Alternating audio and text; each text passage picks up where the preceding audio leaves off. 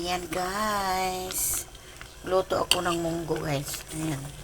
Tanggalan natin ang bula kasi sabi nila ang bula daw dirty. Maniwala na lang tayo na dirty para wala ng gulo.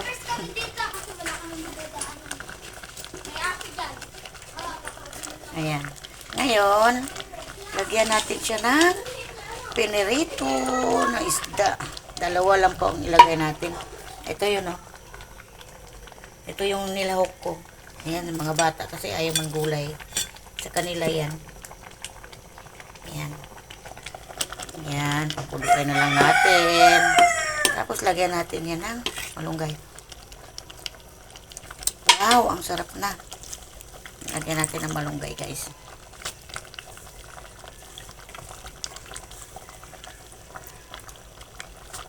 Sinong may gusto dyan ng gulay?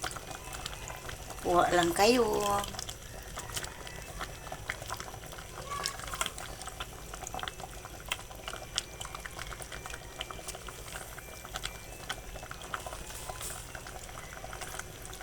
Ayan guys, thank you for watching guys. Ayan, lahok-lahok. Halo-halo na lang natin yan. Wow! Parang nagutom na ako.